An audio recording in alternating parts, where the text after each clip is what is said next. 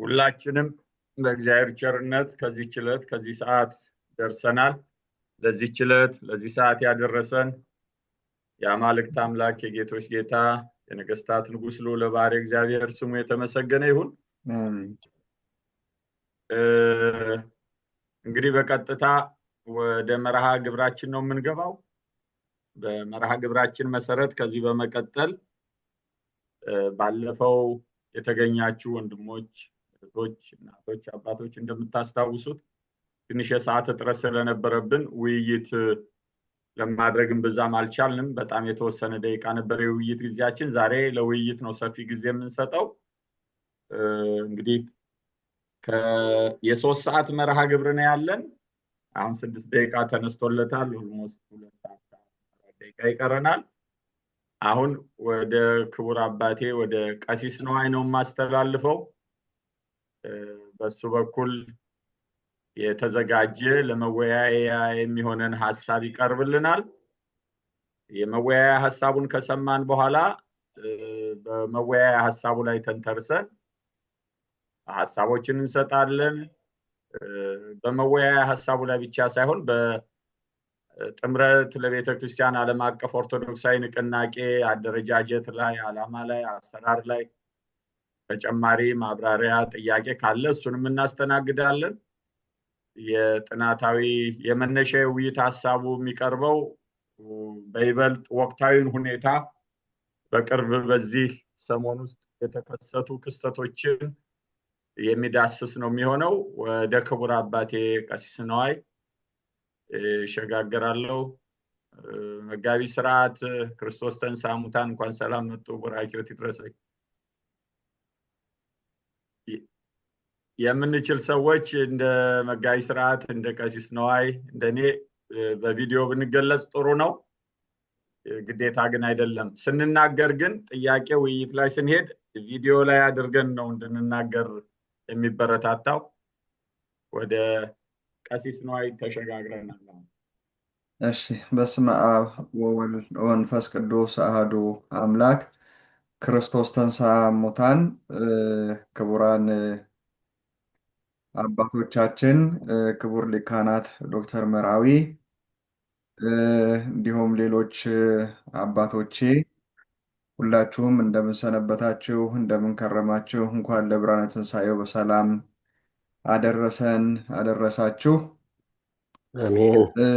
ትንሣኤ በሕይወታችንም በኑሯችንም በሁሉም ቦታ ትንሣኤ ባይኖር ኖሮ ተስፋ ባልኖረ ነበር። ትንሣኤ ተስፋን ነው የሚያሳየው። ሐዋርያትም ዕለተ ዓርብ ተሰቅሎ የተቀበረ ጌታን ነው መጀመሪያ ላይ ያዩት። በኋላ ተስፋ አስቆረጣቸው። ወደ አገልግሎት ያስገባቸው፣ ጠንካራውን መንገድ እንዲሄዱ ያደረጋቸው ተስፋ ትንሣኤው ነው። በዕለተ ዓርብም በየነባባቱ ማሰሪያ መጨረሻ ላይ በእንተ ጸናዛቲ ሲጸለይ በዚህ በመከራው እንደተሳተፋችሁ ተስፋ ትንሣኤውን የሚያሳያችሁ እያሉ አበው ትንሣኤውን ነው የሚነግሩን። የ5 ቀኗ ብቻ አይደለችም፣ የሁል ቀን የተስፋ ትንሣኤን ነው። ክርስቲያን ትንሣኤን ተስፋ ባያደርግ ኖሮ እንደ ክርስትናም ወይም ሃይማኖቱም የክርስትና ሃይማኖት አይቆምም። የሐዋርያትም ትምህርት የተጀመረው ክርስቶስ እንደሞተ አልቀረም፣ ሞትን ድል አድርጎ ተነስቷል የሚለው ትምህርት ነው። በኋላ ደግሞ ይመጣል የሚለው አለበት። እንዲሁ ደግሞ ወደ ሀገርም ወደ ቤተ ክርስቲያንም ስንወስደው ወቅቱ ትንሣኤ ነው። አገር ግን አሁንም ብዙ አፈር ተጭኖባት፣ ብዙ ድንጋይ ተጭኖባት፣ እንዳትነሳ ደግሞ የመቃብር ጠባቂ ኖሮባት፣ ሐሰተኛም ውሸተኛም ዙሪያውን ከቧት ያለች ቤተ ክርስቲያን ያለች ሀገር ነው ያለችን። እንግዲህ ይህንንም ተስፋ ትንሣኤ ያሳየን ዘንድ ነው ወደዛ ሐሳብ የምንገባው። በዛሬው ውይይት ለመነሻ እንዲሆን በጣም አጭር ነገር እንደመዘጋጅ አስብ ነበር፣ ወይም እንደዛ ነው የዝግጅት ሂደት። ነገር ግን በጣም የሚደንቀው ለካ የሂደቱን ወይም አጭር ነገርን አስባለሁ ብዬ ወደኋላም ወደፊትም ሳልሄድ በአጭሩ የቅርብ ጊዜያቶችን ለምንድን ነው እሱን ትንሽ ማላየው ብዬ እንደው በ7 ዓመት ውስጥ ምንድን ነው የሆነው የሚለውን ሀሳብ ለማንሳት ሞክሬ ነበር። ለካ 7 ዓመት ይመስላል እንጂ ወይም አጭር ይመስላል እንጂ የሆነብንና የተደረገብን ነገር ቀላል ባለመሆኑ በዚህ ወቅት የደረሰው ራሱ እጅግ እጅግ የሚገርም ሆኖ ነው ያየሁት እና ለመነሻ ያህል አንድ ተወሰኑ ደቂቃዎችን ወስጄ እነዚህ ነገሮች ላይ ትኩረት አድርገን እንደው ሀሳባችንን በደንብ አድርገን እንድናንሸራሽረው ለመነሻ እንዲሆነን ነው ሀሳቡን የማቀርበው። ይታያል ስላይዱ? ስላይድ ሾው ላይ ይታያል። እሺ፣ አንድ ጊዜ ከፍ ላድርገው። ሙሉ ስክሪን ሲሆን ለብዙዎቹ በስልክ ላይ ስለሚያይ ሰው አሁን የተሻለ ይመስለኛል አይደል? እንግዲህ እንደ ሀሳቡን ይገዛልኛል ብዬ ያሰብኩት መምህር ዲያቆን ማን ያዘዋል? ያው ሰዓት ላበቃ ስል አንድ 5 ደቂቃ ሲቀረኝ ማስታወሻ ስጠኝ፣ ችግር የለም። ቤተ ክርስቲያን ላይ የሚደረገው ውሳጣዊና ወይም ውስጣዊና ውጫዊ ባለፈርጀ ብዙ ፈተናና መውጫ መንገዶቹ ምንድን ናቸው የሚለው ነው። እንግዲህ ሁል ጊዜ ነገሮችን ስንነሳ ወንጌል ስለዚህ ጉዳይ ምንድን ነው የሚለው እሱን ካልተንተራስን ያው ነገሮች ብዙ ሊገለጡልን ሊታዩልን ስለማይችሉ ነው ከወንጌል ጋር የተነሳሁት። የክርስቶስ ቤተክርስቲያን ስለሆነች እሱ የሄደበት መንገድ ነው። መንገዷን የክርስቶስ ሌላ መንገድ የላትም። የሰው መንገድ፣ የፖለቲካ መንገድ፣ የግለሰብ መንገድ የላትም እና አነ እፌን ወክሙ ማእከለ ተኩላ ወአባግ፣ እኔ እንደ በጎች በተኩላዎች መካከል ልካችኋለሁ። ኩኑ ጠቢባነ ከመ አርዌ ምድር ኩኑ የዋሃነ ከመ ርግብ የሚለው መሰረታዊ ነው። ስለዚህ እሱ ነው ወደ ዓለም የላከን። ከዕለተ ዓርብ በኋላ ለቤተ ክርስቲያን መስቀሉን ሰጥቶ ነው ጌታ ሞትን ድል አድርጎ የተነሳው። መስቀልን ለቤተ ክርስቲያን ነው የሰጣት። ወደ እርሱ የምትመጣበት መንገድ መስቀሉ ስለሆነ ነው። እርሱ ወዳለበት ቦታ ቤተ ክርስቲያን ስትመጣ ድል የምንነሳበት ጥበብም መሳሪያም አቅምም ሰጥቶን የሄደው። አቅም አለን፣ መሳሪያው አለን፣ ጥበቡ አለን። የእኛ ድርሻ እርሱ በሄደበት መንገድ መዋጋት ነው ማለት ነው። ስለዚህ ከእግዚአብሔር የተወለደ ሁሉ ዓለምን ያሸንፋል። ይገርመኛል። ከእግዚአብሔር የተወለደ ሁሉ ነው የሚለው። አንዳንድ ምርጦች አይደለም የሚለው። ከእግዚአብሔር መወለድን ከያዝን ዓለምን ያሸንፋል። ዓለምን የሚያሸንፋችሁ ደግሞ የሚያሸንፈው ደግሞ እምነታችን ነው አለ። እምነት የሌለው ሰው ገንዘብ ቢሰበስብ፣ አቶሚክ ቦምብ ቢሰበስብ፣ እውቀት ቢሰበስብ ጥቅም የለውም። እምነታችን ግን ያሸንፋል የሚል ተስፋ ሰጥቶናል። በእኔ ሳላችሁ ሰላም እንዲሆንላችሁ ይህንን ነግሬያችኋለሁ። በዓለም ሳላችሁ መከራ አለባችሁ። ምክንያቱም አንዳንድ ጊዜ ከመከራ የጸዳ የግል ሕይወትም ከመከራ የጸዳች ቤተክርስቲያን ስለምንፈልግ ማለት ነው። እንደዛ ቤተክርስቲያን ልናገኝ አንችልም። ነገር ግን አይዟችሁ እኔ ዓለምን አሸንፌዋለሁ አለ። ስለዚህ እርሱ አሸንፎ ያሸነፈበትንም መንገድ ስለሰጠን ማለት ነው። ቀጥሎ ባጭሩ የምናየው በነገራችን ላይ በስላይዶች ውስጥ በጣም አንድም በሚባል መልኩ የማታውቁትን ታሪክ አላመጣውም።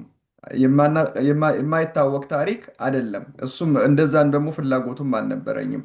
ምክንያቱም መጽሐፍን አጣቅሰን ምን ብለን ባለፈው በደንብ ስላየ ነው ማለት ነው። ግን ለካ ራሳችን በታሪክ ቁጭ ብለን ያየናቸው በርካታ ነገሮች ስላሉ እነሱን ብቻ ማስታወስ ነው ስራዬ።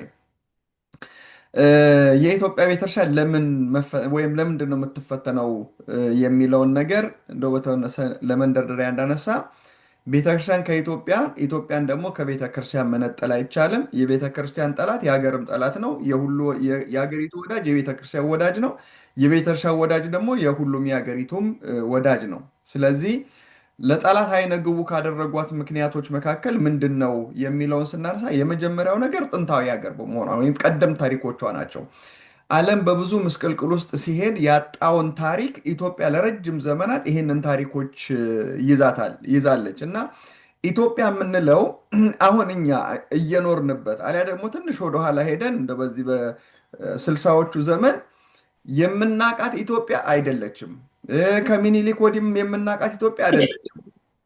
ብዙ የኢትዮጵያ ታሪክ አሁን የምናውቀውና እንድናውቅ የሚደረገው ጠላት ጽፎ የሰጠንን ታሪክ እንጂ ኢትዮጵያ አሁን እንደምናውቃት አይነት ታሪክ አይደለችም። በጣም ሰፊ እግር ኳስ እየሰማም የሚሰማን አለ። እግዜር ይሁነው እንግዲህ ቀደም ታሪኮቿ ናቸው እና ያልተጸፈባት አይነት የጠላት ትርክት አስወጡት። ምንም አይጠቅምም እንደዚህ አይነት ሰው ሚዩት ሳይሆን አስወጡት። እኛንም እግር ኳስንም ምናልባት ደግሞ ዩቲዩብ ላይም ከፍቶ 3-4 ቦታ ስለዚህ ያልተጻፈባት አይነት የጠላት ትርክት የለም።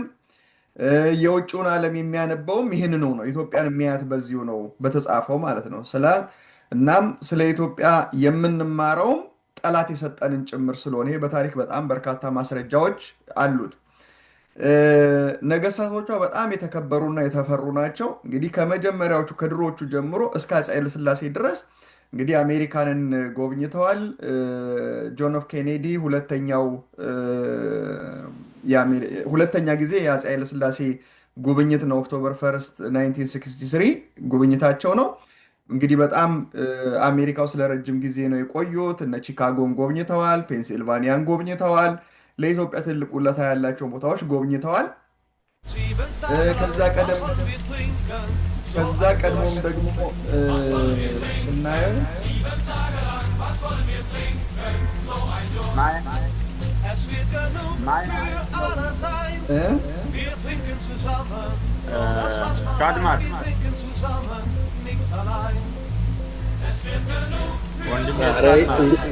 ኧረ ይዘጋ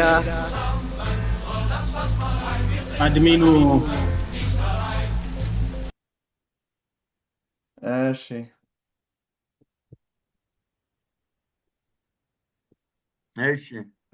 እሺ ብዙ ድምፅ ያላቸውን ሰዎች ማስወጣት ነው የሚጠበቅብን ይመስለኛል። እና በቅድመ ልደተ ክርስቶስም በነበረው ታሪክ ስናይ የግሪኮችን ታሪክ ስናይ ኢትዮጵያ እንደ ገነት አይነት የተሳለች አገር ናት። በጣም አገሩ ሁሉ በፍራፍሬ ማንጎ፣ ብርቱካን፣ የትኛውም ፍራፍሬ የግለሰብ አልነበረም።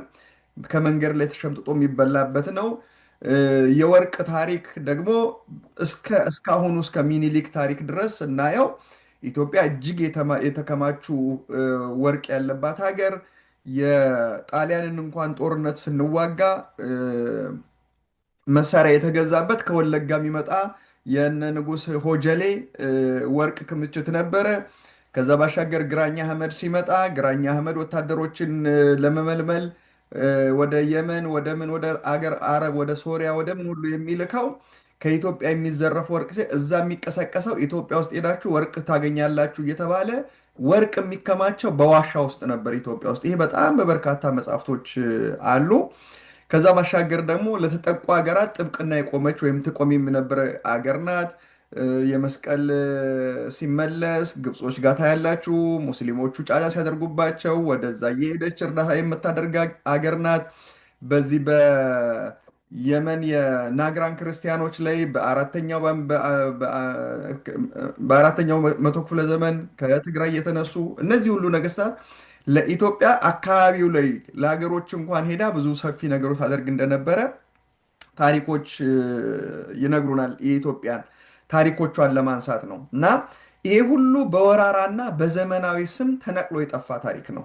በወረራና በዘመናዊ ትምህርት በኋላ ሲመጣ ያው የፈረንጆቹን እየተማርን ስለመጣ እየጠፋ የመጣ ታሪክ ነው። አንዱ ታሪኳ ነው።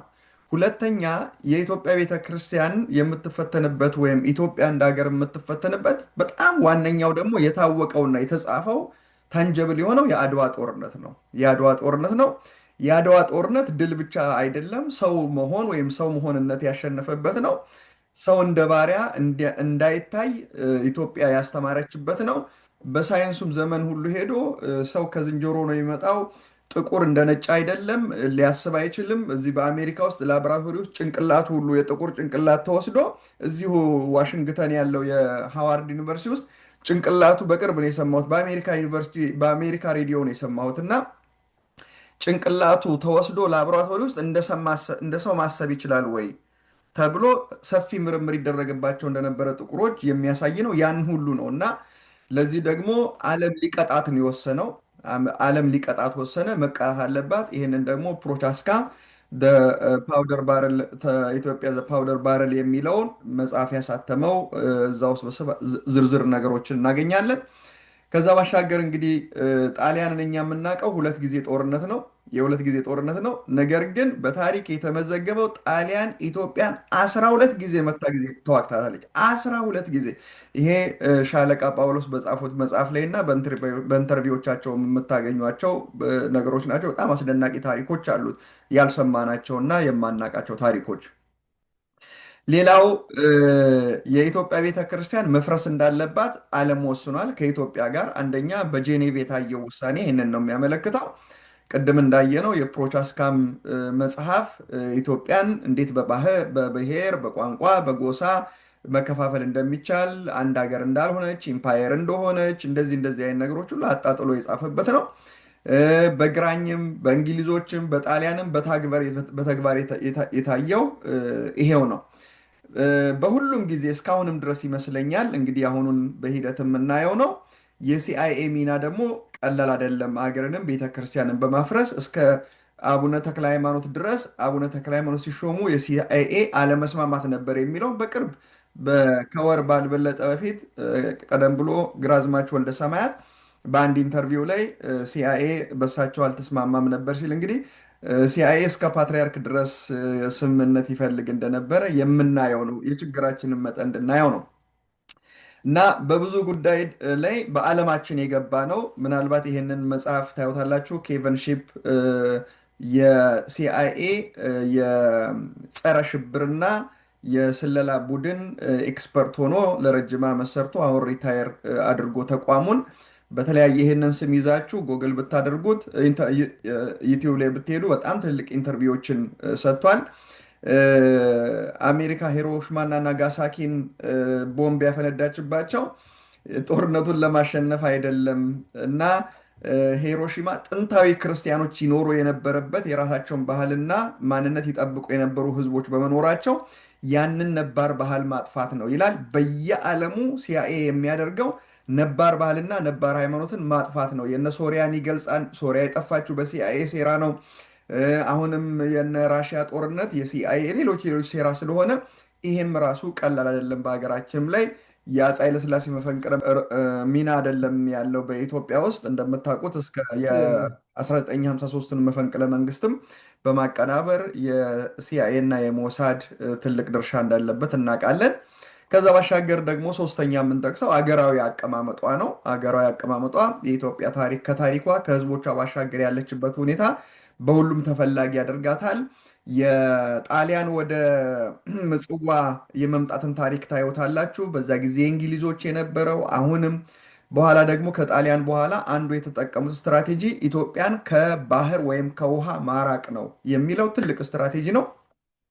ይህንን በደርግ ጊዜ የአገሪቱ የደህንነት ሚኒስቴር የነበሩ ታላቅ ሰው ትልቅ ብዙ የሀገራዊ ስራ የሰሩት ዶክተር አስማማው እሳቸውም የሰጡት ኢንተርቪው በጣም በጣም ጠቃሚ ነው። የዚህ ጂኦፖለቲክሱ ያለችበት ቦታ።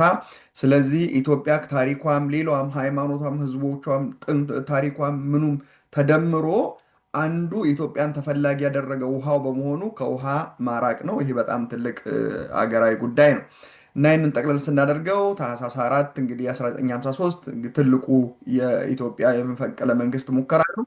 መስከረም 67 የዘውዱ አገዛዝ የተቀየረበት ነው። ግንቦት 83 ደግሞ የህወሓት ከፋፍለ ግዛው የተጀመረበት ነው። መጋቢት 27 ደግሞ እስካሁን ድረስ ምኑም የማይታወቅ አገራዊ የእንብላው ወንጌል ወይም እናጥፋው ስርዓት የተተከለበት ነው። እንግዲህ በዚህ ሰባት ወይም በዚህ 7 ዓመታቶች ውስጥ ምንድን ነው የደረሰብን የሚለውን ነገር እስቲ ዝም ብለን በወፍ በረር ብቻ ለማስታወስ እንድናየው ነው። ምን ያህል ከባድ እንድንሆን በመሀል ያለውን ነገር ከዚህ በፊትም በሰፊው ፋንትሽም አቅርቦት ስለተነጋገርንበት ማለት ነው። እንግዲህ አብይ እንደመጣ ግድያን የተጀመረው አይታችሁት እንደሆነ መጋቢት መጣ፣ ሚያዚያ ምናምን፣ ከዛ በኋላ ወደ ሐምሌ ላይ ግድያ ተጀመረ። ወቅቱ የሞቅታ ስለነበረ ያልታወቀ እልቂት ነበር የሆነው። ጅጅጋን የተጀመረው ሐምሌ 16 ቀን 2010 ኦሮሚያ ቤተ ክህነትም ጉዳይ ተከትሎት ነው የመጣው። እሱም ለብቻ እናየዋለን። ሐምሌ 25 እንግዲህ 2010 አገልጋዮች ተገለዋል፣ ይቆራረጣሉ፣ ይቃጠላሉ። በርካታ ምዕመናን ሞተዋል፣ አስክሬናቸው አልተገኘም። በጥቅሉ 10 አብያተ ክርስቲያናት ተቃጥለዋል። በዙሪያው ደግሞ እነ ደደርንም እነምንም ስታዩት እስከታች ድረስ 25 ቤተክርስቲያን ዙሪያ እንኳን 25 ህንፃዎች ተቃጥለዋል ለተለያዩ አገልግሎት የሚውሉ። ሚያዚያ 5 እንግዲህ ጅማ ሀገረ ስብከት ደግሞ ጋሌ ሰርጤ ወረዳ በከተማዎች ውስጥም 185 አባወራ 14 ካህናት በደምሩ 198 ክርስቲያኖች ተፈናቅለዋል። ዋናው ደግሞ አማራ ናችሁ በሚል ነው። 15 ተገለዋል። ጫፎ ማርያም እንደዚሁ ቤተክርስቲያን በር ላይ የተገደሉ ካህን አሉ። ሐምሌ 11 ደግሞ 2011 በሲዳማ ዞን በአሁኑ ክልል በሆነው በመንግስት የተደራጁ ኃይሎች የተነሳ ግርግር 3 ክርስቲያኖች በአሰቃቂ ሁኔታ ተገለዋል። ግድያው እየቀጠለ ሄዶ በጣም በርካቶችን እንዳፈናቀለ፣ እንደገደለ፣ ቤተክርስቲያን እንዳቃጠለ እናውቃለን። የግድያ ምክንያታቸው ደግሞ ክርስቲያን ሆነው መገኘታቸው ብቻ ነበር ወንጀላቸው።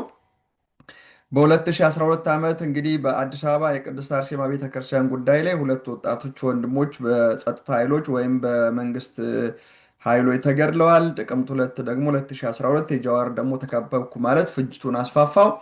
ታይቶ በማይታወቅ መልኩ 80 በላይ ኦርቶዶክሳውያን እልቂት የሆነበት ነው። በሻሸመኔ፣ በባሌ፣ በዶዶላ፣ በአዳባ፣ አርሲ፣ ዝዋይ በጣም በርካቶች። ይሄ በወቅቱ ይህንን ጽሁፍ ሳዘጋጅ ያገኘሁት ነው እንጂ በጣም በርካታ እንደሆኑ እናውቃለን። ንብረታቸው፣ ሀብታቸው፣ ቤተክርስቲያን መቃጠል፣ በጣም በርካቶች ደግሞ ተስፋ ቆርጠው ከሻሸመኔም ከተለያዩ ቦታዎች ላይ የለቀቁበት ነው። አዳባ፣ ዶዶላ ያሉ ሰዎች ሁሉ የለቀቁበት ወቅት ነበረ።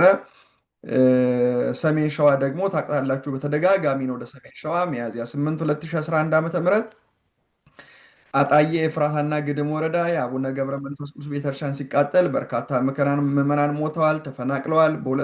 አጣዬ እንግዲህ 2-3 ጊዜ ነው የደረሰው። መርጌታ፣ የአብነት መምህራን፣ የአብነት ተማሪዎች ሁሉ የተገደሉበት ነው። አዲስ አበባ ዙሪያ የለገጣፎ ቅዱስ ዮሐንስ ቤተክርስቲያን ፈርሷል። የአቡነ ቀውስጦስ ለማ ጋር ሄደው ያናገሩበት ጊዜ ነው። እንግዲህ ከዛ በኋላ እሳቸው ያንን ቤተክርስቲያን ካሰሩ በኋላ አባታችንም አንድም ቀን በቤተክርስቲያኒቱ መከራ ተናግረውም አያውቁም። በሲዳማ ሀገር ወይም በሲዳማ ክልል ደግሞ ሀገረ ሰላም እንግዲህ 2011 3 ሰዎች ተገድለዋል። 3 አብያተ ክርስቲያናት ሙሉ በሙሉ ወድመዋል። ዶያ ሚካኤል፣ ጋተማ ገብረ ክርስቶስ፣ ጭሮኒ አማኑኤል በርካቶች ተሰደዋል። 3ቱም ተዘርፈዋል፣ ተሰባብረዋል እና ሀገረ ሰላም ኪዳነ ምሕረትም ሉዳ ገብርኤልም እነዚህም ከተቃጠሉት ቦታዎች ናቸው። ኦሮሚያ ክልል ጥቅምት 12 እንግዲህ 2012 ዓመት ደግሞ ዋና ዋና ቦታዎች ባሌ ሮቤ 6 ምዕመናን ተገድለዋል። ምዕራብ አርሲ፣ አርሲ ነገሌ፣ ዶዶላ፣ ዲንሾ፣ አዳባ፣ ሻሸመኔ፣ ኮፈሌ፣ አሰላ ሞትና ግድያ በየጊዜው የጎበኛቸው ቦታዎች ናቸው። ዶዶላ በአንድ ቀን 12 ሰው ነው የሞተው፣ ብዙዎች ቆስለዋል። ኢቨን ታስታውሱ እንደሆነ የተረፉ እንኳን ሆስፒታል ሲገቡ ሆስፒታል ሄደው ነበር የገደሏቸው። እንግዲህ በኦሮሚያ ረጅም ጊዜ የዛሬ እንግዲህ 6 ዓመት አካባቢ ይመስለኛል በኦሮሚያ የነበረው ነው። ምስራቅ ሸዋ፣ ምስራቅ ሐረርጌ፣ ምዕራብ ሐረርጌ፣ ድሬዳዋ፣ አዲስ አበባ ዙሪያ፣ ሰበታ፣ ወለቴ እነዚህ ሁሉ በጣም እንግዲህ ተመልከቷቸው። አሁን እነዚህን ነገሮች እንዴት እንደረሳ ናቸው ዛሬ ስለተለመዱ ቀላል ይመስላሉ። እነዚህ ወቅቶች በጣም አስፈሪ የነበሩበት ወቅት ነው። እነዚህ እንዴት አሁን ላይ ስናየው ድንገት እንዳልነበረ የሆነ የግል ጸብ እንዳልነበረ ተዘጋጅተው መጥተውበት በአንድ ጊዜ ያው ኮንፊውዝድ እና ኮንቪንስ አደረግናቸው የተባለ በኮንፊውዥኑ ጊዜ ስለነበረ ነው። የሚያደርጉትን ተመልከቱት። እንግዲህ በአሰቃቂ ሁኔታ እነዚህ ሁሉ አልፈዋል። የእነዚህ ሁሉ ኃጢአት አማራ ናቸው፣ ነፍጠኛ፣ ዶርዜ፣ ጋሞ፣ ክርስቲያን ይውጣ የሚሉ መፈክሮች በብዙ ቦታ ላይ ተስተጋብተዋል። ገቢራዊ ጥቃቱ ግን ምንም ብሔር ሳይለይ ሃይማኖትን ኢላማ አድርጎ የተፈጸመ መሆኑን ኦርቶዶክስም ሆነ የተገኙ ኦሮሞዎች ጭምርም ንብረታቸው ወድሞ ሕይወታቸው ጠፍቷል። በመካከል የተገኙ ብዙዎች ነበሩ እና ይህ ሁሉ ሲፈጸም ግን በለውጥ ወቅት ይገጥማል፣ የህወሓት መዋቅር ገና ስላልጠፋ ነው ይባል ነበር። በዋነኛነት እኛም ይሄንን ኮንፊውዥን ውስጥ ስለነበርን ነው። ከዛ ባሻገር ደግሞ ስንኖር ኢትዮጵያዊ ስንሞት ኢትዮጵያ እንሆናለን የሚል በጣም አፍዛ ደንግዝ የሆነ ንግግር ላይ ሁሉም ሙዚቃ ከፍቶ ስለነበር ነው። 2012ም እንግዲህ ኮርፋ ጨሌ ወረዳ፣ ቀርሳ ከተማ፣ ወተር ላይ፣ ሀረር፣ ደደር፣ ጋራ ሙለታ፣ ዶኒ መድኃኔዓለም የጥቃቱ ኢላማዎች ነበሩ በ2012። በጣም ይገርመኛል። ይሄንን በወቅቱ ስልጠና ሲሰጥ ገበሬዎችን ሰብስበው ነበር ይሄንን ስልጠና ይሰጡ የነበረው። ያስደነቀኝን ነገር አንድ ትዝታዬን ልንገራችሁ። ይሄንን ከነ ፕሬዘንቴሽኑ ሳቀርብ አንድ ቤተክርስቲያን ላይ እዚሁ ዲሲ ማርያም ነበር ያቀረብኩት በ2012። ከጨረስኩ በኋላ አንድ ያው በጣም የምናውቀው ወንድም ተነሳና በቃ ህዝቡ በጣም እንደው ስለ ነገሩ እያሰበበት ባለ በቃ ብድግ ብሎ ምዕመናን ገጀራ አትፍሩ፣ እልል በሉ፣ ድንግል ማርያም አለች። አንድ ጊዜ ያለቅስ የነበረው ሰው በደቂቃ በጭብጨባ እናወጠው፣ በቃ በደቂቃ። እና እንዲህ አይነት ከውስጥም ያሉ አፍዛ ደንግዞችም እንዳሉ እግረ መንገዳችንን ነው። አሁን ልክ 2012 ላይ ደግሞ ይሄው ጋጋታ እንዳለ የአብይን መምጣት ተከትሎ የተነሳው የኦሮሚያ ቤተ ክህነት ጉዳይ ነው። የቤተ ክህነት ጉዳይ ነው። በአቋሙ ላይ ጳጳሳት መለያት ጀመሩ። ልክ እዚህ ጋር ነው በጣም መሰረታዊ ነገር የነበረው። መጀመሪያ ከላይ የምታዩቸው ካህናቶችና አቶዎች ናቸው። እዚህ ውስጥ ያሉትን እንግዲህ ሁሉንም የምናውቃቸው ሰዎች ናቸው። በቋንቋ ማስተማር አለብን እንዲህ እንዲህ የሚለው ወደ ቤተ ክህነት መጣ። ወዲያው ቤተ ክህነት አቋም ሲይዝና ይሄ ጉዳይ መወገዝ አለብኝ ሲል ከታች ያለውን ፎቶግራፍ 7 ጳጳሳት መጡ። እንግዲህ ከዚህ አቡነ ሚካኤል የሉም፣ አዲስ ተቃዋሚ ናቸው። ጉዳዩ እናንተ የምታወግዙ ከሆነ እኛም እናወግዛለን የሚል ነገር መጣ። ተመልከቱት። አሁን ፖለቲካውና ቤተ ክህነቱ አንድ አይነት አካሄድ ነበር ይሄድ የነበረው። ስለዚህ ያው ቁማሩን ተጫውተን በልተናል እንዳሉት ቁማሩን ነበር ይጫወቱት የነበረ። እነዚህ ሰዎች ወጥተው ጳጳሳቱ ወዲያው መግለጫ ሰጡ። የምትነኳቸው ከሆነ እነ ቀሲስ በላይን ማለት ነው፣ የምትነኳቸው ከሆነ በፍጹም ብለው ይህንን ነገር ተነሱ። ከዛ ባሻገር ደግሞ ያው አዱኛ ፈይሳም ወደ አሜሪካ መጣ። የአዱኛ ፈይሳ ጉዳይ እስከ ዛሬም ድረስ ለካ መነጋገሪያ ነበር። አቡነ ሳዊሮስ ወይ ተጣልተዋል ወይ ተቀያይመዋል ወይም ደግሞ ጊዜያቸውን ጨርሰዋል መሰለኝ። ፈዩሳ አድኛ የሚባል ማህበር አቋቁመን ነበረ፣ ፍቃድ ተሰጥቷችሁ ነበረ። አሁን ግን ደግሞ ያው አቁመናል፣ በጠቅላይ ቤተ ክህነት አመልክቱ ብለው ሰሞኑን አንድ ደብዳቤ አይቻለሁ። ይሄ ሁሉ ቁማር ነው። ከዛ ባሻገር ኩኖ ደብረ ሊባኖስን ቤተክርስቲያን ከኛ ገዳሚ ከኛ ጨብሳቲ ሴና እያለ ይቀሰቅስ የነበረ ደግሞ ሰውም የሰማንበት ነው። ደብረ ሊባኖስን ሰብረን እንገባለን ብያ ታደሰ ኤኙዳ ምናምን እያሉ የነ ታደሰ ቢራ ነው ማን ይባል የነሱ ቦታ ነውና ይሄ ሁሉ ያየንበት የወከባ ጊዜ ነው። ወዲያው ተከትሎ የመጣው ቤተክርስቲያን ስለ ሀገር ምን አገባት፣ ቤተክርስቲያን ብሔር ትንቃለች፣ የአንድ ብሔር የበላይነት ያለባት ወይም የሰሜን ጫና ያለባት ቤተክርስቲያን ናት፣ ህዝቡ በአንድ ቋንቋ አላስተማረችም፣ ኦሮሞ ከቤተክርስቲያን ተገፍቷል እየተባለ ቤተክርስቲያን በጣም በብዙ ጉዳይ ውጥረት የነገሰበት ጊዜ ነበረ። ወዲያው 2013 ሲገባ ጥቅምት 24 ደግሞ ወደ ሌላ ነገር ተገባ። ጦርነት ተጀመረ። በትግራይ በአማራ ክልል ጦርነት ተጀመረ። በሚሊዮን የሚቆጠር ህዝብ እንግዲህ በዛ ጊዜ ውስጥ ታውቃላችሁ አለቀ። 95%ቱ ዳታ እንደው ባንሰበስብ 95%ቱ ያለቀው ኦርቶዶክስ እንግዲህ ያጠመቅነው ህዝብ ነው። ቤተክርስቲያን የሚያገለግል ህዝብ ነው። የእኛ ልጆች ማህተብ የያዙ ልጆች ናቸው። እንግዲህ በዚያም በዚህም ፖለቲካው ቀቅሎ ጥላቻ ውስጥ ከቶ ወደ ጦርነት አመጣቸው።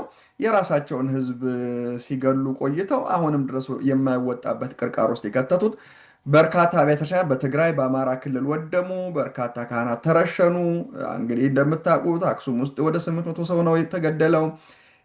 በጣም ብዙ ቦታዎች በአማራ ክልል በርካታ ቤተክርስቲያናት ወደሙ፣ ካህናት ተገደሉ፣ ህዝብ ተጨፈጨፈ፣ ኢኮኖሚ ሁሉ ወደቀ። ይሄን ስናስብ የሀገርም የቤተክርስቲያን ውድመት ነው ማለት ነው። አሁን ይህን ያን ካነሳን ቤተ ክርስቲያን ምን ታደርግ ነበረ? ሲኖዶሱ ምን ያደርግ ነበረ የዛ ጊዜ ብለን ስናነሳ በእውነት ሁላችንም በተለይ ቀረብ ብለን የምንቀርባቸው ሰዎች ጉዳዩን በትኩረት እንከታተለው ነበር። የሲኖዶሱ አባላት ይወዛገቡና ይፎካከሩ ነበረ። ምንድን ነው የሚደረገው? ማን ምን ይበል?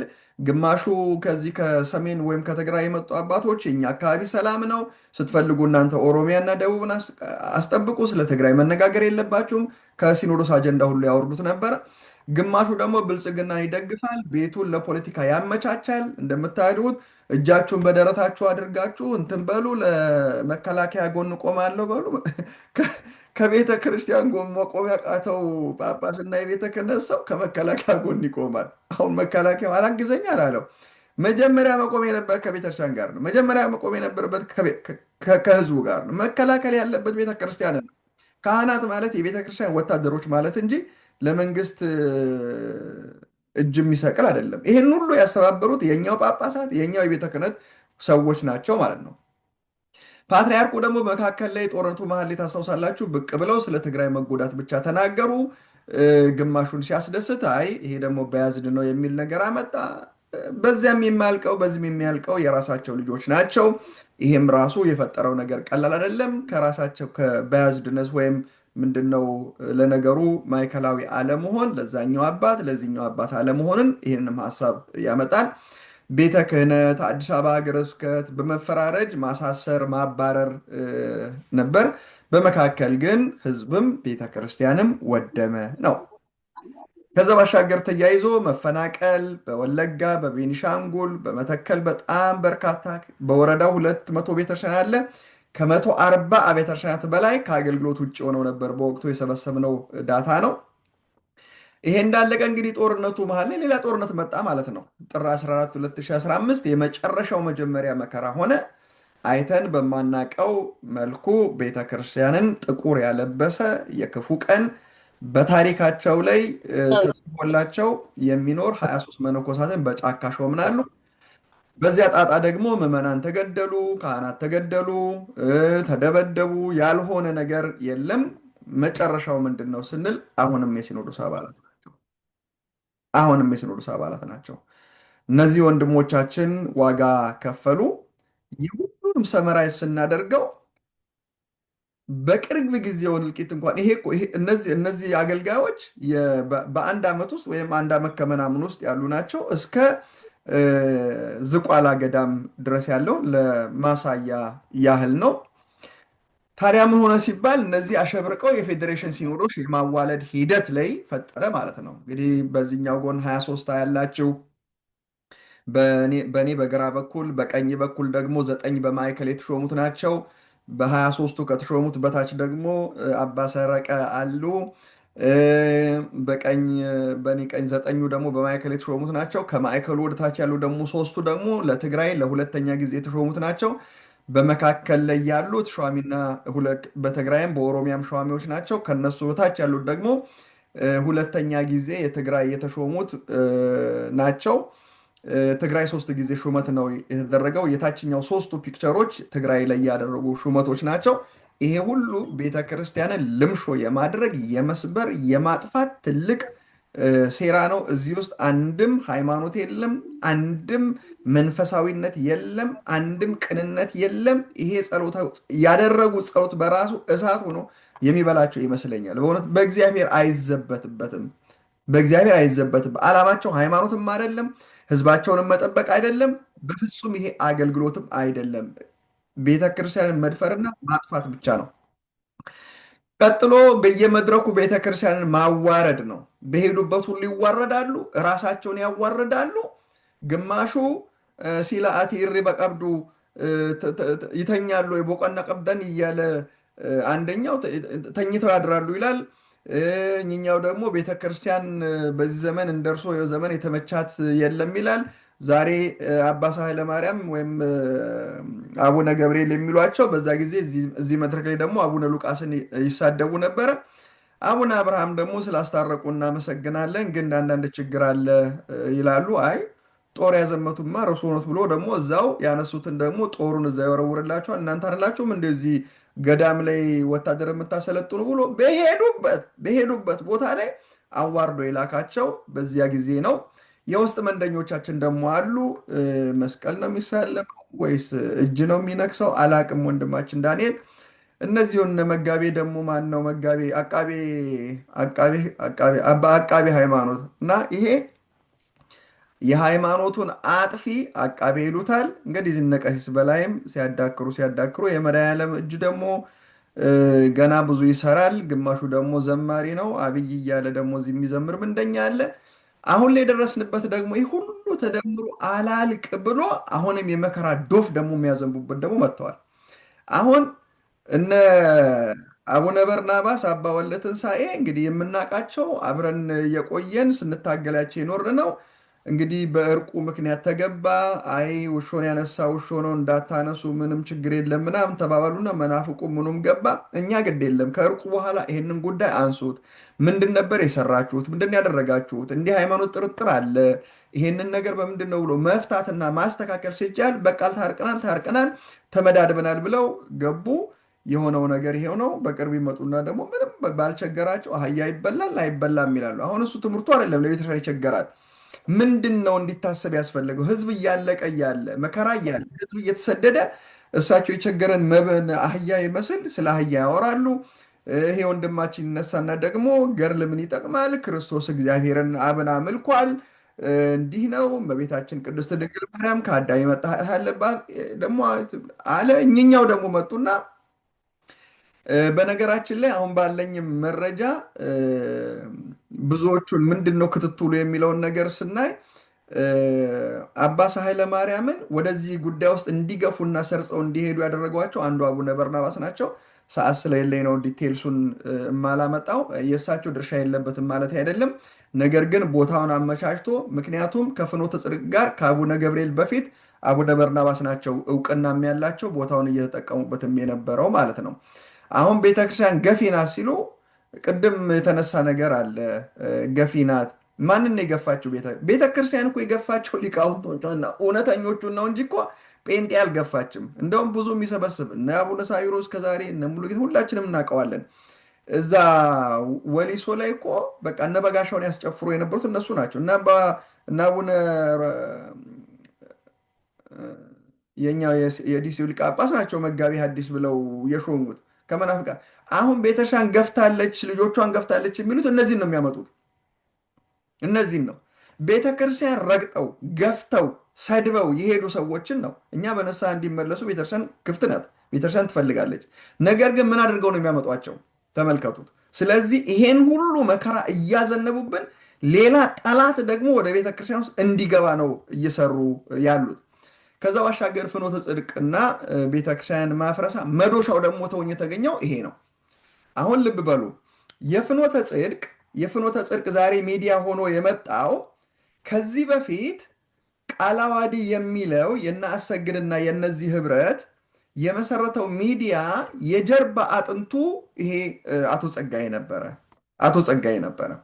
አሁን ያለው ነገር ምንድን ነው? እነዚህ ልጆች አምጥቶ አሁን ያለውን ፍኖተ ጽድቅን ማስያዝና አገልግሎቱን እነ አቡነ ገብርኤልም እነ አባ ኃይለ ማርያምም እነ አቡነ በርናባስም ሆነው ነገሩን ምን ማድረግ ነው? ቤተክርስቲያኒቱ ወደ ማፍረስ በአፋጣኝ መሄድ ነው።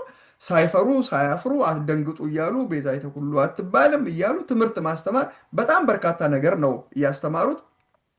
ገድላትን እነዚህ ልጆች ይሄ ልጅ ምንም በእድሜውም ትንሽ ልጅ ነው። የትኛውም ትምህርት ቤትም የተማረም አይመስለኝም። ነገር ግን ጳጳሱ የሚናገሩትን ሌሎች የሚናገሩትን እያመጣ ቤተክርስቲያኑ ይዘራል። ምዕመናን ምን ማድረግ ነው ማለት ነው? መክፈል ከመንጋው መበተን ስራ ላይ ናቸው ማለት ነው። የቤተክርስቲያኒቱ ሚዲያ ስቱዲዮ የሰራው ጸጋዬ ነው። አሁን ይሄ ሰውዬ በጣም አደገኛነቱን ላሳያችሁ። የቤተክርስቲያኒቱን ሚዲያ ስቱዲዮ የሰራ ይሄ ነው። በጣም በበርካታ ሚሊዮን አውጥቶ የማህበረሰብን ስቱዲዮ የሰራው ይሄ ጸጋዬ ነው። የማህበረሰብን ስልጠና የሚሸፍነው ጸጋዬ ነው። የመምህራን ስልጠና በፍኖተ አበው ነው፣ በፍኖተ ጽድቅ ነው የሚሸፈነው። የዘዋይ አቡነ ጎርጎርዮስ ኮሌጅ የግንባታ ስልጠና በጀትም የተማሪዎችም ሁሉም በጀት የሚሸፈነው በአቶ ጸጋዬ ነው። የአቡነ ሳዊሮስ የካህና ማሰልጠኛ ህንፃ ግንባታ የጸጋዬ በጀት ነው። ይሄ የማያልቅ ህንፃ ከተጀመረ ወደ 9ና 10 ዓመቱ ነው። እዚህ ተመቶም ገንዘብ የተለመነው የለመኑትም በዚሁ ነው። ስቲል የማያልቅ ፕሮጀክት ነው። እሱ ነው የያዘው። ቤተክርስቲያን የሚያሰሩ ጳጳሳት ከጸጋዬ ጀርባ አለ። ሐዋሳ፣ ጂንካ፣ ሰሜን ወሎ በጣም በርካታ በሰሜኑ ጳጳሳት ቤተክርስቲያን አሰራለሁ ካሉ የጸጋዬ ወይ ቆርቆሮ ወይ ግድግዳ ወይ መሰረቱ የጸጋዬ እጅ አለበት። አሁን ይሄን ሰው ሲኖዶስ የሆነ ነገር ያደርጋል ሲባል እነዚህ ጳጳሳቶች የሚለቁት የሚያጡት ይሄንን ገንዘብ እንደሆነ ያውቃሉ። ስለዚህ አንድ ነገር ልብ በሉ፣ ትግላችንን እስካላጧጧፍን ድረስ ይሄ ሰውዬ ምናልባት ገለል ተደርጎ በአንደኛው መስመር ደግሞ የሚቆይበትን መንገድ ይፈጥሩታል ብዬ አስባለሁ። እነዚህ ሁሉ ናቸው የቤተክርስቲያን መከራዎቻችን ማለት ነው። ሌላው ደግሞ ምን ይሰራል? ምዕመናችን ምን ያደርጋል? መድረኩ ምንድን ነው? የአጥማቂና ዘይት ሻጭ መቁጠሪያ ነጋዴ ቤት ነው። በየቦታ አሜሪካ እየመጣ ማለት ነው። እንግዲህ አሁን ባልቸገረን ነገር መጥቶ አሜሪካ ቤተክርስቲያን ማን ነው የሚፈቅድለት? ስራ አስኪያጁ። ማን ነው ስራ አስኪያጁ? ቄሱ። ማን ነው ሊቀ ጳጳሱ? እንግዲህ የምናውቀው ነው። ይሄ ሁሉ ቤተክርስቲያን መከራ እየወረደባት ምዕመናን አስተባብሮ እንዴት ወደ ክብራችን እንመለሳለን? እንዴት ቤተክርስቲያን ሰላም ይሄ ውይይት ኖሮ አያውቅም። እነዚህን እየሰበሰቡ ገንዘብ ያጠራቅማሉ ነው። ይሄ ሁሉ ፍሰት አንድም ቀን ሳይቆም መጨረሻ ላይ ግን ትላንትና የሰማነው ወደ ሀገር እንዲገቡ በሆደ ሰፊነት መንግስት ፈቀደ ብሎ በጣም ይገርማል። እዛ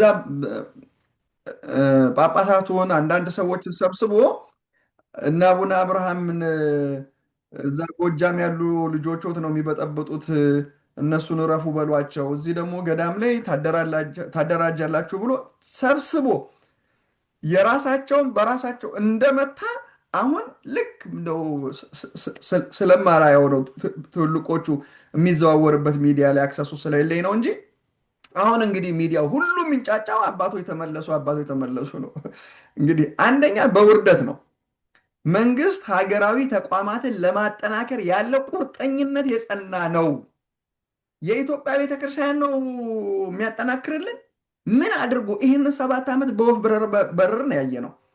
ከዛ ባሻገር በሆደ ሰፊነት መንግስት ትላንትና እንዳደረገ ቤተክርስቲያኑ ስትከፋፈል ጥረት እንዳደረገ አሁንም ሚናውን ይጫወታል አለ። ቤተክርስቲያኑ ዲስማንትን ለማፍረስ አሁንም ይሄዳል። አሁን ወደ ሀገር መግባታቸውን ጳጳሳቶች ናቸው። የመግባታቸው ትርጉም ምንም ብዙ እንትን አይደለም። ግን ሄደው ምንድን ነው የሚሰሩት? ይሄንን ዘረኝነት ይቃወማሉ? ይሄንን ማፍረስ ይቃወማሉ? ወይስ ከዚህ በኋላ አፌን ይቁረጠው እናንተ በምትሉት እንስማማለን፣ እንደውም ውጭ ሀገር እንመጣና እንደው እንዲህ እንቀሳቀሳለን የሚሉት ሰዎችን እናወግዛለን ሁሉ የማይሉበት ምክንያት አይታየኝም። ለቤተ ክርስቲያን ዋጋ ለመክፈል ከሆነ ሄደው ደግሞ ሲሄዱ እኛ ህጋውያንን ለምን ተባረርን ብለው መጠየቅ ይኖርባቸዋል። ግን ያንን ያደርጋሉ ብለንም አንጠብቅም። እንደውም ይሄንን ጉዳይ ፋሲሊቴት በማድረግ እንዲመለሱ በማገዝ ውስጥ ብፁዕ አቡነ ሳዊሮስ ተሳትፈዋል የሚል ነገር መረጃም አለኝና ምን ብለው ነው የሚሳተው? ስለዚህ አባቶች ያኔ ትንሽ አስቆጣችሁን ነበረ፣ አሁን የምላችሁን ስሙ ተብሎ ለመቀበል ካልሆነ በስተቀረ የሚመጣ አዲስ ነገር የለም ለማለት ነው። እንግዲህ ተመልከቱት። እነዚህ ነገሮች እኮ ብዙ ተናገርኩበት እንጂ በተለይ እነዚህ ነገሮች የአንድ ሳምንት ክስተቶች እኮ ናቸው። ይገርማል። አቡነ ሳዊሮስ እና ዳንኤል ምን ሊሰሩ ነው ገዳም የሄዱት? ምን የሚያገናኛቸው ጉዳይ አለ? ገዳም ሄደውን የመከሩት በቅርብ ነው። ሄደው እንግዲህ ህማማት መጨረሻው ላይ ነው። ምንድን ነው የሚሰሩት? ስለዚህ በሚቀጥለው የሲኖዶስ ስብሰባ ላይ አጀንዳ ተቀርጿል። ማን ነው ስራ አስኪያጅ የሚሆነው? ማን ነው የሲኖዶስ ጸሐፊ የሚሆነው? አሁን አቡነ ከሌ ነው የእንትና ናቸው የሚለው ነገር አይጠቅመንም። ምክንያቱም ማንም ከማንም የሚሻልም የሚያድንም ምንም ነገር አዳይ መጠበቅ ስለሌለብን ማለት ነው። ስለዚህ በጥቅሉ ሲመዘን እነዚህን 7 ዓመታቶችን የኋላውንም ስለሚጨምር ምንድን ያጣ ነው ቤተክርስቲያን ምንድን ደረሰባት? የመጀመሪያው ነገር ማዕከላዊነቷን አንድነቷን አታለች። የሚያታግለን ነገር የሚያጋድለን ነገር ይሄ ነው። ሲኖዶሳዊነት ተመቷል። ወደ ፌዴራሊዝም ሲኖዶስ ተወርዷል። በአቅም ማነስ ዶግማና ቀኖኗ ጥሰት በዝቶበታል። ማንም እየተነሳ እንዴት የጳጳስ መናፍቅ እናያለን? እንዴት የጳጳስ መናፍቅ እናያለን? እንዴ የጳጳስ መናፍቅ የወታደር ፈሪ እኮ ምንም አያደርግም። ስለዚህ በታሪክ ገጥሟት የማያውቅ የመጨረሻው ድክመት ቤተክርስቲያን ገጥሟታል። ይሄ አንዱ ማዕከላዊነትን ማጣት ነው። በጥቅሉ ሲመዘን ቤተክርስቲያን የደረሰባት ሁለተኛው የሰው ኃይሏን እያጣች መሆኗን ነው። አብነት መምህራን፣ አብነት ተማሪዎች ተገለዋል፣ ተረሽነዋል። ጣሊያን ይህንን ያደረገው ጠላቶቻችን ሁሉ ያደረጉት ይህንን ነው። ምዕመናን በየቀኑ ይገደላሉ፣ ይፈናቀላሉ። ከሀብት ከርስቷ እየተነቀለች ነው። መስቀል አደባባይ ተነጥቃለች። ዳንኤል ክብረት ወጥቶ አይደለ እንዴ መስቀል አደባባይ የሱ አይደለም ተወርሷል ያለን? ለዚህ ማን መለሰ? ማን ምን ላይ ሰጠ? ጃን ሜዳ ባለቤትነቷን አታለች። የቤተ ክርስቲያኒቱ ነው። መስቀል አደባባይ ቤተ ክርስቲያኒቱ ነው። ከዛ ባሻገር እሬቻ ተተክሎበታል። ከጎኑ ነው ኩሬ ተደርጎ የእነሱ አደባባይ የሆነው። አሁን ደግሞ ፓስተር መፈንጫ ነው። በየክልሉ ተሳዳጅ መሬቷ የሚነጠቅ ሆኗል። በኮሪዳር ልማስም አብያተ ክርስቲያናት ባዶ ሆነዋል። የእኛ አባቶች ግን ስለተሰጣቸው ምትክ ሰርተፊኬት ሲሰጡ እንደው የተከበረች ክብርት እጅግ ክብርት በጥምቀት ቀን ደግሞ በቃ ይሄን ያህል ሚሊዮን ብር የሚያወጣ መድረክ ሰራችልን ተብሎ የምስጋናው ጋጋታ ቀላል አይደለም ማለት ነው። ሶስተኛው የስነ ልቦናው ጦርነት ነው። የፓስተሮቹ ድንፋታ፣ የመንግስት ጥቃት፣ የአማኙ ተስፋ እየቆረጠ መምጣቱ። ምዕመናን በቤተክርስቲያን ጉዳይ መስማት አይፈልጉም። አሁን ቤተክርስቲያን ውስጥ ያሉ ካህናት እንኳን ስለ ጉዳዩ አንስተው በዚህ እንዘን፣ በዚህ እንዲናደርግ እንዲሆነ ብሎ እንኳን አያነሱም ማለት ነው። ጳጳሳቱ አሁን ያሉበት ደግሞ ንብረት ማፍራት፣ በፖለቲካ ማንነት መቧደን፣ በጎሰኝነት መቧደን፣ ገንዘብ መሰብሰብ እዚህ ላይ ናቸው። እኛ ምን እንሰራ ነበር? ይህ ሁሉ ሲሆን እኛ የላፋት ዝማሬ ያለብን ፕሮግራም ካባ እንሸልማለን፣ አክሊል እናቀዳጃለን፣ ኬክ እንቆርሳለን። የመጨረሻ ግቡ ምንድን ነው? ነባሩን ማጥፋት፣ አዲስ ሀገር፣ አዲስ ትውልድ፣ አዲስ ማንነት፣ አዲስ ታሪክ መፍጠር ነው። አብይም ዳንኤልን በተደጋጋሚ ስሙት። የሚቀጥለው ትውልድ ያመሰግነናል። ዛሬ ባታመሰግኑት እናንተ አይታያችሁም፣ የሚቀጥለው ትውልድ ይታየዋል። ስለዚህ ስለማይታይ ስለሚመጣ ትውልድ ነው የሚያወሩት። የጠፋ የመብል ወንጌል መጨረሻው ይሄ ነው። ማዳን የማይችል ሃይማኖት እና ሃይማኖተኞችን መፍጠር፣ ቤተክርስቲያንም ሀገርንም አጥፍቶ ለባይዳን መስጠት ነው። ምን ይደረግ የሚለው እንግዲህ እንደ ጥምረት ለቤተ ክርስቲያን ችግሩ ፈርጀ ብዙ ነው። ውስብስብ በመሆኑ መፍትሄውም ፈርጀ ብዙ ነው። ነገር ግን ቅድሚያ ቤተክርስቲያንን ለውድቀት የዳረገው ማዕከላዊ ሲኖዶስ ስለሆነ ዋናውን ማረም ተገቢ ነው። የሚነው ደግሞ ዓለም አቀፍ የሊቃውንት ጉባኤ መጥራትን ነው። ይህንን ሀገር ውስጥ ማድረግ እስኪቻል ድረስ ደግሞ በውጭ ሀገር ማድረግና መሰረታዊ ጉዳዮችን ውሳኔ አሳልፎ ቤተክርስቲያን መጠበቅ፣ ማስተባበር በየአጥቢያችን በየግላችን የምንሰራቸው ስራዎች አሉ። ጥምረት ለቤተክርስቲያን ዓለም አቀፋዊ ኦርቶዶክሳዊ ንቅናቄ ማን ነው ለምንል የ8 ማህበራት ወይም እንቅስቃሴ ንቅናቄ ኃይል ጥምረት ነው። ሰሜን አሜሪካ ማህበረ ካህናት፣ ፍኖተ ጽድቅ ወሕይወት ጉባኤ ማህበራ ለቤተ ክርስቲያን፣ የነገረ መለኮት ምሩቃን ማህበር በአውሮፓ፣ ወልታ ጽድቅ ዘተዋህዶ ዓለም አቀፍ የመነኮሳት ጉባኤ፣ የኒውዮርክና አካባቢው ሀገረ ስብከት ካህናትና ምዕመናን ህብረት፣ የዩኬና አየርላንድ ማህበረ ካህናት፣ ሞዓ ተዋሕዶ ግብረ ኃይል፣ በዋሽንግተን ዲሲ አካባቢው ሀገረ ስብከት የካህናትና የምዕመናን ህብረት በጋራ ሂደታችን አንድ ነው፣ ግባችን አንድ ነው፣ ዓላማችን አንድ ነው፣ የቆምነው አንድ ነው። ስለዚህ በጋራ የተለያየ ከመስራት በጋራ እንሂድ የሚል ነው እየሰራን ያለ ነው። ምንድን ነው በተወሰነ መልኩ የሰራ ነው። እግዚአብሔር ቢፈቅድ መስከረም 2018 ላይ ይህንን ጉባኤ እናዘጋጃለን። ሊቃውንቱን ከአውሮፓ፣ ከአሜሪካ፣ ከካናዳ፣ ከኢትዮጵያ፣ ከአፍሪካ ከመላው ዓለም ያሉ ሊቃውንትን እግዚአብሔር በሚፈቅደው በአቅማችን በቻለው ከፍ ባለ ቁጥር ለማድረግ እንሞክራለን። በሙያ በጊዜ የሚያገለግል አባላት ያስፈልጉናል። ኮሚቴዎች ውስጥ በመግባት ገንዘብ አቅም ይጠይቃል። የጉባኤው እቅድ ዝርዝር ስራዎች ተሰርተዋል፣ ጥናቶች ተዘጋጅተዋል። ባለፈው የካቲት የነነዌ ጥናቶችን ለማየት ጉባኤ ተደርጓል። በአውሮፓም በአሜሪካም አድርገናል። በቅርቡ ደግሞ ዌብሳይትም ይኖረናል። የቴሌግራም ግሩፕ አለን፣ እዛ ላይ አፕዴት እናደርጋለን። ይቆየን። እግዚአብሔር ይስጥልኝ። ሰዓት ትንሽ ወሰድኩ መሰለኝ። ቃለ ሕይወት ያሰማልን። አሜን። አብሮ ያሰማል። ቃለ ሕይወት ያሰማልን። አሜን። አብሮ ያሰማል።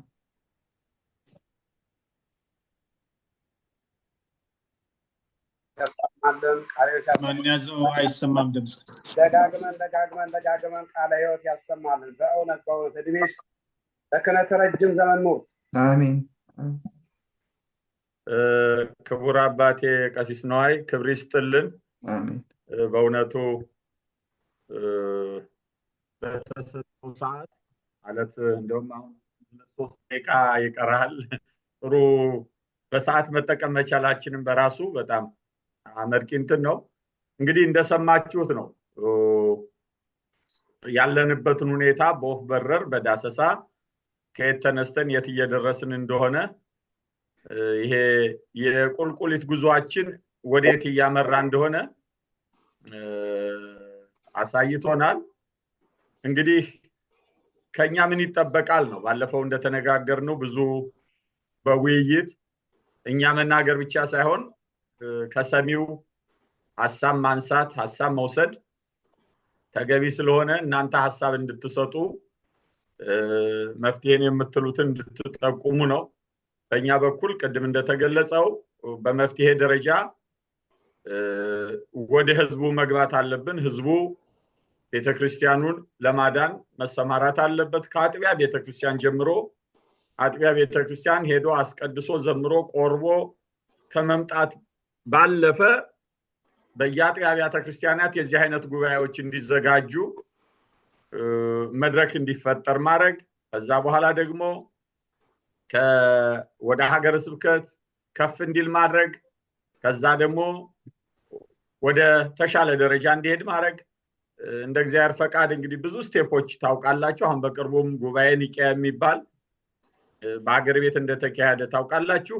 አገር አቀፍ ጉባኤ ምን ጠንካራ ጎን አለው ምን ደካማ ጎን አለው የሚለውን አስቀድመን እኛ ሊያሟላ ይገባዋል የምንላቸው መመዘኛዎች ለሊቃውንት ጉባኤም ለጠቅላይ ቤተ ክህነቱም ለሲኖዶሱም ልከናል።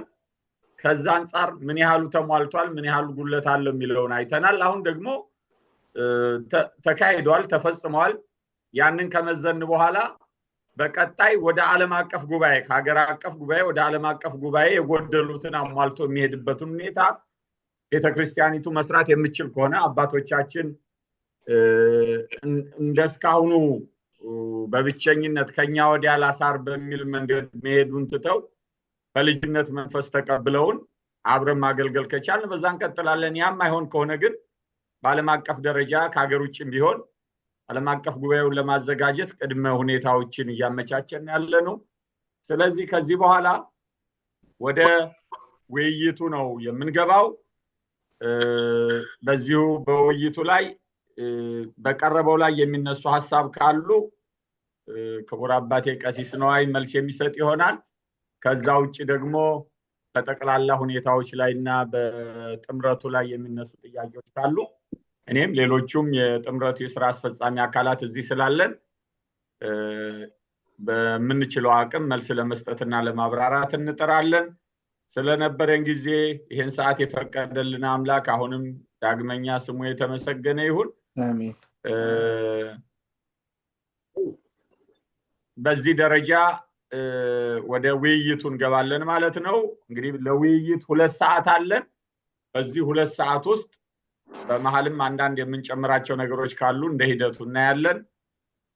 ውይይቱ ከዚህ ሰዓት ጀምሮ በጥያቄ ለማቅረብ ሐሳብ ለመስጠት እንደገናም ደግሞ በተለያየ አቅጣጫ ገለጻ ለማድረግ መድረኩ ክፍት ነው። እጅ በማውጣት መቀጠል ይቻላል።